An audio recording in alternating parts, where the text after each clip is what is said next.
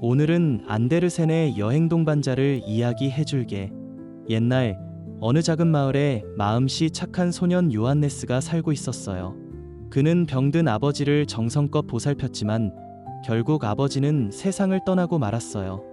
요한네스는 너무나 슬퍼 아버지 무덤에서 한참을 울다가 정신을 차리고 마을을 떠나 세상을 구경하고 경험을 쌓아오기로 결심했어요. 요한네스는 낯선 길 위에서 여러 가지를 보며 여행을 시작했는데 날이 저물고 비까지 내려 몸을 피할 곳을 찾아 숲속의 작은 예배당으로 들어갔어요. 거기엔 누군가의 관이 놓여 있었고 누군가 그 관을 버리고 간 것 같았어요. 그는 관을 그냥 둘 수 없어 자신의 전 재산을 내놓아 마을 사람들에게 빚 때문에 버려진 관을 장례 지내게 했어요. 요한네스는 홀가분한 마음으로 다시 길을 떠났어요. 얼마 걷지 않았을 때 잘생기고 친절한 낯선 청년이 나타나 그와 함께 가자고 했는데 이 남자는 알 수 없는 신비로운 힘을 지니고 있는 듯 보였어요. 요한네스는 이 청년을 여행 동반자라고 불렀어요. 둘은 금세 친한 친구가 되었는데 여행 동반자는 매우 지혜롭고 무엇이든 잘 알고 있었으며 어려움이 있을 때마다 요한네스를 도와주었고 특히 요한네스가 어려움에 처하면 여행 동반자는 늘 미리 알고 대비를 했어요.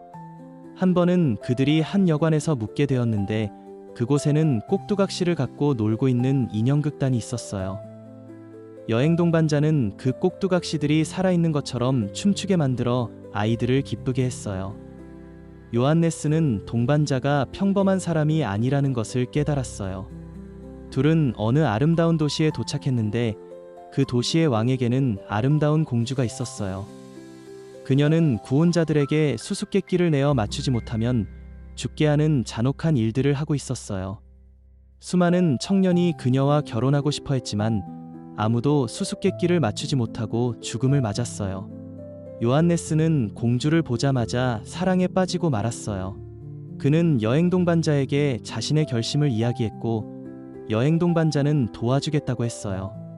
밤이 되자 여행 동반자는 요한네스 몰래 하늘을 나는 커다란 백조의 날개를 꺾어 자신의 등에 달고 궁전으로 날아가서 몰래 공주의 방에 들어가 공주가 마녀와 만나 주고받는 이야기를 엿들었어요.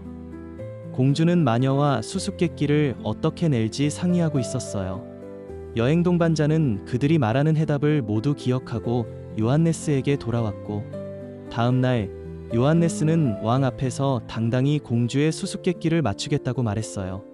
첫 번째 날 공주는 자신이 생각한 신발의 색깔을 맞추라고 했고 여행 동반자가 미리 알려준 대로 요한네스는 정확히 답을 맞췄어요.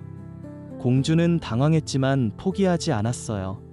두 번째 날 공주는 자신이 숨긴 반지의 위치를 묻는 수수께끼를 냈지만 이번에도 여행 동반자가 미리 엿들어온 내용을 따라 요한네스는 정확히 맞췄어요.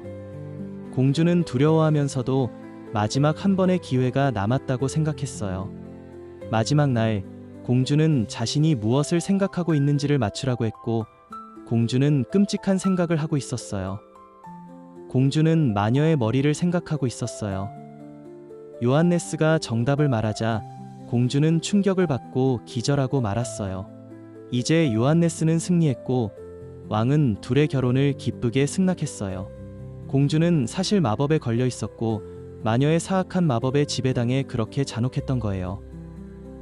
여행 동반자는 공주의 마법을 풀기 위해 그날 밤 마녀가 있는 숲으로 몰래 들어가 마녀를 물리치고 공주를 조종하던 마법의 힘을 없앴어요. 마침내 공주는 진정으로 착한 마음을 되찾았고 그녀는 요한네스를 진심으로 사랑하게 되었어요. 모든 악한 마법이 풀렸고 도시는 다시 행복으로 가득 찼어요. 요한네스와 공주의 결혼식이 성대하게 열렸는데 그때 여행 동반자는 요한네스에게 이제 작별의 시간이 왔다고 말했어요. 요한네스는 놀라며 가지 말라고 붙잡았지만 여행 동반자는 이렇게 말했습니다. 친구여, 내 임무는 끝났다네. 사실 난 자네가 숲에서 장례를 치러주었던 그때 버려졌던 바로 그 죽은 자일세. 자네가 나에게 자비를 베풀었기에 난신의 허락으로 잠시 세상으로 돌아와 자네를 도와줄 수 있었던 것이지. 요한네스는 눈물을 흘리며 감사를 표했고 여행 동반자는 미소 지으며 작별 인사를 하고 사라졌어요. 이후 요한네스와 공주는 오래도록 행복하게 살았고 사람들에게 사랑받는 왕과 왕비가 되었어요. 요한네스는 언제나 여행 동반자의 고마움을 잊지 않고 항상 착하게 살며 남을 돕는 삶을 살았어요. 안데르센의 동화 여행 동반자가 주는 교훈은 작고 하찮아 보이는 선행도 결국 큰 축복으로 돌아온다는 걸 알려줍니다. 요한네스는 공주의 아름다움뿐 아니라 내면의 선함까지 보고 진심으로 사랑했어요. 이는 겉모습이 아닌 진심으로 상대방을 사랑할 때 진정한 행복을 얻을 수 있기 때문이지요. 요한네스는 혼자서는 어려움을 해결할 수 없었어요. 그는 현명한 여행 동반자의 도움으로 어려운 문제를 해결하고 위기를 극복합니다. 이는 인생에서 지혜로운 조언자와 동반자를 만나는 것이 얼마나 중요한지 알려줍니다. 그리고 악한 마음과 행동은 결국 파멸로 끝나고 선이 최종적으로 승리한다는 교훈을 전해줍니다.